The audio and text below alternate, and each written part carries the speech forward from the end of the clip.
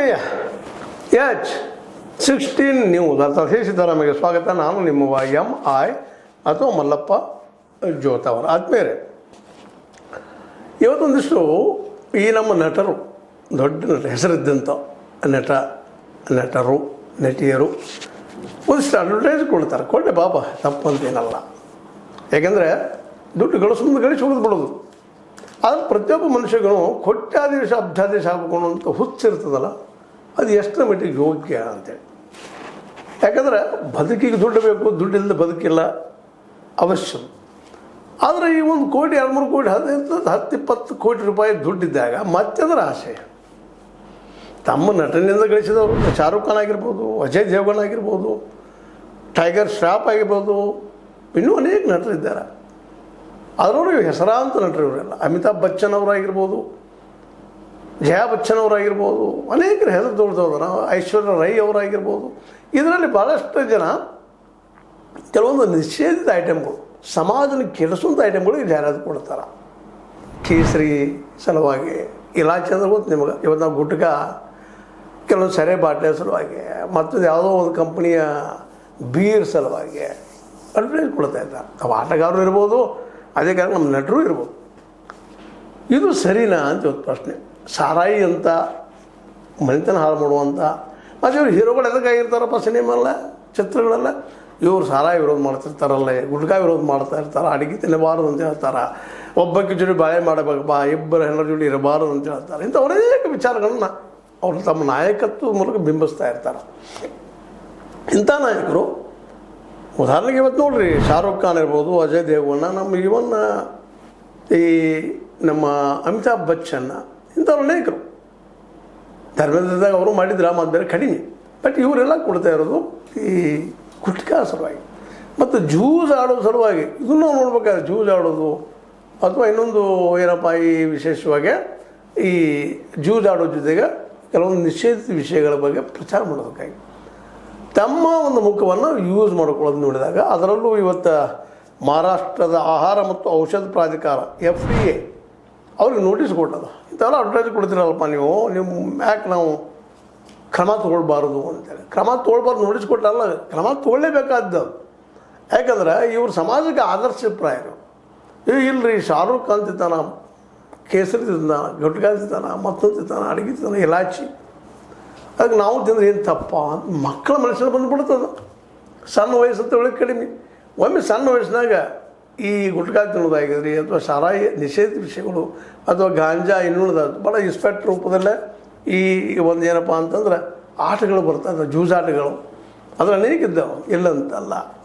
ಆ ಒಂದು ಜೂಜಾಟಗಳನ್ನು ಪ್ರಚಾರ ಮಾಡೋದಕ್ಕೆ ಈ ನಟರೆಲ್ಲ ಬರೋದನ್ನು ಗಮನಿಸಿದಾಗ ಇವೆಲ್ಲ ಇದರಿಂದ ಗಳಿಸಿ ನೀವು ಎಷ್ಟೆಲ್ಲ ಹೊರದಿರಪ್ಪ, ಯಾರಿಗಳಾಗ್ತೀರಿ ಅಂತ ಅನ್ನೋದನ್ನು ನಾವೆಲ್ಲ ಪ್ರಶ್ನೆ ಮಾಡಬೇಕಾಗಿದೆ. ನೋಡುಗರು, ವೀಕ್ಷಕರು, ಪ್ರೇಕ್ಷಕರು ನಾವು ಇದನ್ನು ಪ್ರಶ್ನೆ ಮಾಡಬೇಕಾಗಿದೆ. ನಮ್ಮ ಮಕ್ಕಳು ಹಾಳು ಮಾಡ್ತಾ ಇದ್ದಿಲ್ಲಪ್ಪ ನೀನು ಈ ಪ್ರಚಾರ ಮಾಡಿ ಅಂತ ಕೇಳಬೇಕಾಗಿದೆ. ಸರ್ಕಾರ ಕೇಳಬೇಕಂತೀವಿ, ನಾವು ಕೇಳಬೇಕು. ಅಂಥವರ ಸಿನಿಮಾಗಳನ್ನು ನಿಷೇಧ ನಾವು ಮಾಡಬೇಕು. ನೋಡಬಾರಪ್ಪ, ಇವರು ಉಪಯೋಗಿಲ್ಲ ಮನುಷ್ಯರಂತೆ. ಆ ದಿಶೆಯಲ್ಲಿ ಮಹಾರಾಷ್ಟ್ರ ಸರ್ಕಾರ ಮಾಡಿದ್ದು. ಇವತ್ತು ನಮ್ಮ ಕರ್ನಾಟಕದಲ್ಲೂ ಸಹಿತ ಇದನ್ನು ನಾವು ಪ್ರಶ್ನೆ ಮಾಡಬೇಕಾಗಿದೆ. ನಮ್ಮಲ್ಲಿ ಪ್ರಚಾರಕ್ಕೆ ಬರ್ತಿರ್ತಾವೆ ಎಲ್ಲ. ಒಮ್ಮೆ ಮೀಡಿಯಾದಾಗ ಹೋಗಿಬಿಡ್ತಪ್ಪ ಅಂದರೆ ಎಲ್ಲ ಕಡೆ ಹೋಗ್ತದೆ, ಆಲ್ ಓವರ್ ಇಂಡಿಯಾ, ಇಡೀ ವರ್ಲ್ಡ್ ತುಂಬ ಹೋಗ್ತದೆ. ಇಂಥ ಒಂದು ಗಳಿಕೆ ಬೇಕಾ ಇವರಿಗೆಲ್ಲ ನಟರಿಗೆ ಅಂತ. ಬರೀ ದುಡ್ಡು ಗಳಿಸೋದು ಇವ್ರ ಮುಖ್ಯ ಉದ್ದೇಶ ಅಂತ. ಅದಕ್ಕೆ ನಾನು ಈ ಸಂದರ್ಭದಲ್ಲಿ ಯಾಕೆ ಅದನ್ನು ತೆಗೆದುಕೊಂಡಿದ್ರೆ, ಅಲ್ಲಿ ಮಹಾರಾಷ್ಟ್ರ ಸರ್ಕಾರ ಏನೋ ಪ್ರಶ್ನೆ ಮಾಡ್ಯಾರ. ಮತ್ತು ಅದು ಕೆಲವೊಂದು ಸಂದರ್ಭ ಎಲ್ಲ ಮರೆತು ಬಿಡ್ತೀವಿ ನಾವು. ಆ ಮೇಲೆ ಕೋರ್ಟ್ಗೆ ಹೋದ ಕೋರ್ಟ್ ಪಾಪ ಡೈರೆಕ್ಷನ್ ಸಾಕಷ್ಟು ಮಾಡ್ತಿರ್ತದೆ. ಆ ಡೈರೆಕ್ಷನ್ ಪ್ರಕಾರ ನಾವು ನಡ್ಕೊಳ್ಳೋದಿಲ್ಲ. ನಾ ಯಾಕೆ ಈ ಮಾತನ್ನು ಹೇಳಬೇಕಾಗಿದೆಪ್ಪ ಅಂತಂದ್ರೆ, ಅವನದೇನೋ ನೋಟಿಸ್ ಕೊಟ್ಟಿದ್ದಾರೆ ಅನ್ನುವಂಥ ಸುದ್ದಿ ನೋಡಿದ ತಕ್ಷಣ ಈ ಒಂದು ವಿಚಾರ ನನ್ನ ಮನಸ್ಸಿಗೆ ಬಂತು. ಈ ಜೂಜಾಟ ಆಗಿರ್ಬೋದು, ಇನ್ನೊಂದು ಬಹಳ ಮಹತ್ವದ ಕೆಸಿನೋ ಬಗ್ಗೆ ಸಹಿತ ಪ್ರಚಾರ ಮಾಡ್ತಾ ಇರ್ತಾರೆ.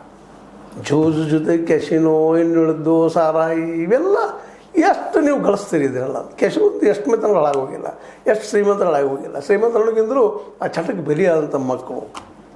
ಮತ್ತು ಸಾರಾಯಿ ಮತ್ತು ಗುಟ್ಕಾಗಳಿಂದ ಎಷ್ಟು ಜನ ಮಕ್ಕಳದ್ದು ಅಥವಾ ಯುವಕರು ಆಗಿರ್ಬೋದು, ಮತ್ತೇನೋ ಆಗಿರ್ಬೋದು, ಎಷ್ಟು ಜನ ಕ್ಯಾನ್ಸರ್ದಿಂದ, ಮತ್ತೊಂದು ರೋಗದಿಂದ, ಅಫೆಂಡಿಕ್ಸ್ ಅಂತ ಹೇಳ್ತೀವಿ, ಮತ್ತೇನೋ ಹೇಳ್ತೀವಿ ನಾವು. ಅದೇ ಕಾಲಕ್ಕೆ ಲಿವರ್ಗಳನ್ನ ಬಾದ್ ಮಾಡ್ಕೊಂಡಿಲ್ಲ. ಈ ನಟರಿಗೆ ಯಾಕೆ ಇಂಥವನ್ನ ಅಡ್ವರ್ಟೈಸ್ ಮಾಡ್ಬೇಕಂತ ಬರ್ತಾಯಿದೆ ಅಂತ.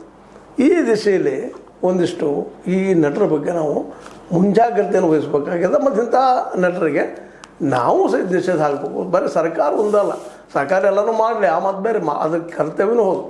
ಸಮಾಜಕ್ಕೆ ಮತ್ತು ಜನರಿಗೆ ಆರೋಗ್ಯವನ್ನು ಹಾಳು ಮಾಡುವಂಥದ್ದು ಯಾವುದೇ ವಿಷಯ ಇರಲಿ, ಅವ್ರ ಬದುಕನ್ನು ಹಾಳು ಮಾಡುವಂಥದ್ದು ಯಾವುದೇ ವಿಷಯ ಇರಲಿ, ಜೂಜಾಟ ಆಗಿರ್ಬೋದು, ಕೆಶಿನೋ ಆಗಿರ್ಬೋದು, ಅವ್ರ ಬದುಕನ್ನು ಹಾಳು ಮಾಡ್ತದೆ, ಭವಿಷ್ಯನ ಹಾಳು ಮಾಡ್ತದೆ. ಅದ್ರ ಇನ್ವಾಲ್ವ್ ಆದ್ರಪ್ಪ ಅಂದ್ರೆ ಇಲ್ಲಿ ಬುದ್ಧಿ ಮತ್ತೆ ಬೆಳೆಯೋದಿಲ್ಲ, ಸೈಂಟಿಫಿಕ್ ಟೆಂಪರ್ ಬೆಳೆಯೋದಿಲ್ಲ, ಮತ್ತೊಂದಿಲ್ಲ ಮುಗಿದೊಂದಿಲ್ಲ. ಎದ್ದ ತಕ್ಷಣ ಹೆಂಗೆ ಗೆಲ್ಲಬೇಕಪ್ಪ ಅಂತೇಳಿ ಆ ಗೆಲ್ಲೋದಕ್ಕೆ ಇವ್ರು ಟಿಪ್ಸ್ ಕೊಡೋದು ಮಾಡೋದು ಇಂಥವೆಲ್ಲ ಮಾಡೋದ್ರಿಂದಾಗಿ ಇವತ್ತು ಈ ದೇಶದಲ್ಲೇ ಒಂದು ದೊಡ್ಡ ಗುಂಪು ತಯಾರಾಗಿಬಿಡೋದು. ಯುವಕರ ಗುಂಪ, ಈ ಕುಡುಕರ ಗುಂಪ, ಈ ಗುಟ್ಕಾ ಗುಂಪ, ಅದ್ರ ಜೊತೆಗೆ ಈ ಜೂಜುಕೋರ ಗುಂಪ, ಇಂಥವೆಲ್ಲ ಬೆಳೆದಕ್ಕೆ ಈ ನಟರ ಒಂದು ಆದರ್ಶ ಹೇಳ್ತೇವೆ ನಾವು. ಇವ್ರು ನೋಡ್ತಾ ಇರ್ತೀವಿ. ಯಾಕಂದ್ರೆ ಚಿತ್ರಗಳಲ್ಲಿ ಕೆಲವು ಗುಂಡಾ ಪಾತ್ರ ಮಾಡಿರ್ತಾರೆ, ಖಳನಾಯಕನ ಪಾತ್ರ ಮಾಡಿರ್ತಾರೆ, ಒಳ್ಳೆಯ ಪಾತ್ರ ಮಾಡಿರ್ತಾರೆ. ಹೆಚ್ಚಿನ ನೆನ್ಪಿಡೋದು ಅವರು ಒಳ್ಳೆಯ ಪಾತ್ರಗಳನ್ನು. ಆ ದಿಶೆಯಲ್ಲಿ ಈ ಇವತ್ತು ಅಲ್ಲಿ ಸರ್ಕಾರ, ಮುಂಬೈ ಸರ್ಕಾರ, ಇಟ್ ಮೀನ್ಸ್ ಮಹಾರಾಷ್ಟ್ರ ಸರ್ಕಾರ ಅವ್ರಿಗೆ ನೋಟಿಸ್ ಕೊಟ್ಟಿದ್ದು ಯೋಗ್ಯದ. ಅಷ್ಟಲ್ಲ, ಇವ್ರ ಮೇಲೆ ಅದನ್ನು ನಿಷೇಧ ಹೇರುವಂಥ ಕೆಲಸವೂ ಆಗಬೇಕಾಗ್ಯದ. ಅದೇ ರೀತಿ ಕರ್ನಾಟಕದಲ್ಲೂ ಆಗಬೇಕಾಗ್ಯದ. ಇಂಥ ಒಂದು ಪ್ರಚಾರ ಮಾಡುವಂಥ ಯಾವುದೇ ನಟ ಇಲ್ಲ, ಎಷ್ಟೇ ದೊಡ್ಡವರಲ್ಲಿ ಅವ್ರ ವಿರುದ್ಧ ಕ್ರಮ ತಗೊಳ್ಳುವಂಥ ಒಂದು ಅದು ಶಿಕ್ಷೆ ಕೊಡುವಂಥ ಒಂದು ವ್ಯವಸ್ಥೆ ಆಗಬೇಕಾಗಿದೆ.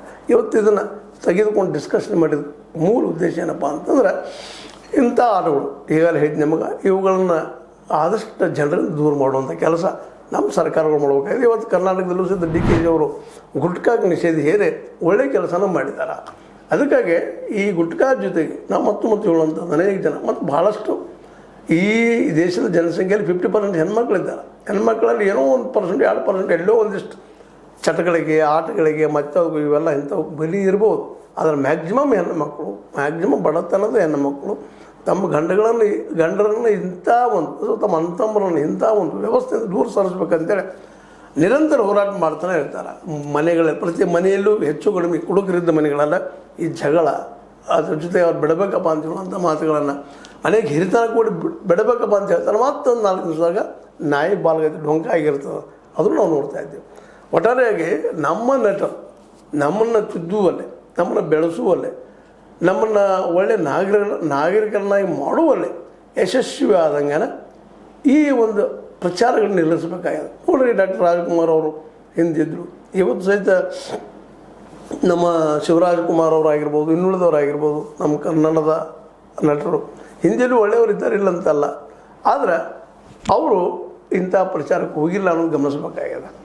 ಒಟ್ಟು ಆ ನೆಲೆಯಲ್ಲಿ ಇವತ್ತು ಮಾತಾಡೋದು ಉದ್ದೇಶ ಒಂದು, ವಿಮಲ್ ಇಲೈಚಿ ಜಾಹೀರಾತಿಗಾಗಿ ಇವತ್ತು ಮಹಾರಾಷ್ಟ್ರ ಸರ್ಕಾರಿ ಜನರಿಗೆ, ಶಾರುಖ್ ಖಾನ್ಗೆ, ಅಜಯ್ ದೇವಗನ್ ಅವರಿಗೆ,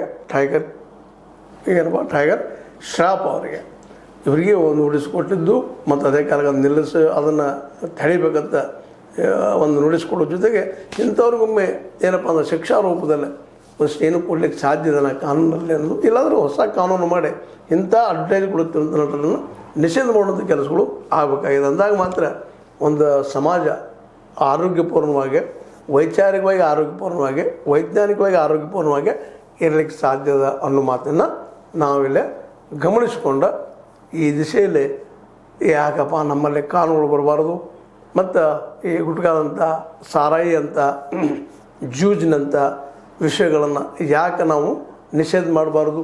ಹೌದು, ತುಳುಗಲ್ಲಿ ನಡೀತಾ ಇರ್ತಾವೆ, ಆದರೆ ಕಠೋರವಾಗಿ ಅತ್ಯಂತ ಶಿಸ್ತಿನಿಂದ ಇವು ಕಂಟ್ರೋಲ್ ಮಾಡಿದರೆ ಯುವ ಜನಾಂಗ ಹೊಸ ವಿಚಾರಗಳನ್ನು, ಅದು ಯುವ ಜನಾಂಗ ಹೊಸ ಬದುಕನ್ನು ಕಟ್ಕೊಳ್ಳಿಕ್ಕೆ ಸಾಧ್ಯ ಅನ್ನೋದು ಒಂದು ಸಾಮಾನ್ಯ ನಂಬಿಕೆ. ನಿಮಗೇನು ಅನ್ನಿಸ್ತದೆ? ಮಾತಾಡಿ ತಪ್ಪು ಅನ್ನಿಸ್ತದೆ ನಿಮಗೆ? ಅವು ಡಿಕ್ಟೇಟರ್ ಅನಿಸಂಗೆ ಅನ್ನಿಸ್ತದೇನು? ಅನಿಸಲು ಅನ್ನಿಸಲಿ, ಏನು ತಪ್ಪಿಲ್ಲ.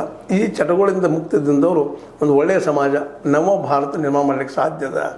ಜೂಜದಿಂದ, ಕ್ಯಾಶಿನೋ ಅಂತ ಆಟಗಳಿಂದ, ಜೊತೆಗೆ ಸಾರಾಯಿ ಅಂತ ವಿಷಯಗಳಿಂದ, ವಿಷನ ಅದು, ಜೊತೆಗೆ ಈ ಒಂದು ಗುಟ್ಕಾ ಅಥವಾ ಇನ್ನುಳಿದ ವಿಷಯುಕ್ತ ಪದಾರ್ಥಗಳನ್ನು ದೂರಿಡುವುದರಿಂದ ಒಳ್ಳೆಯ ಸಮಾಜ ಆಗ್ತಿತ್ತು, ನಿಲ್ತಿತ್ತು ಅಂದಾಗ ಇದನ್ನ ಯಾಕೆ ನಿಷೇಧ ಮಾಡಬಾರ್ದು?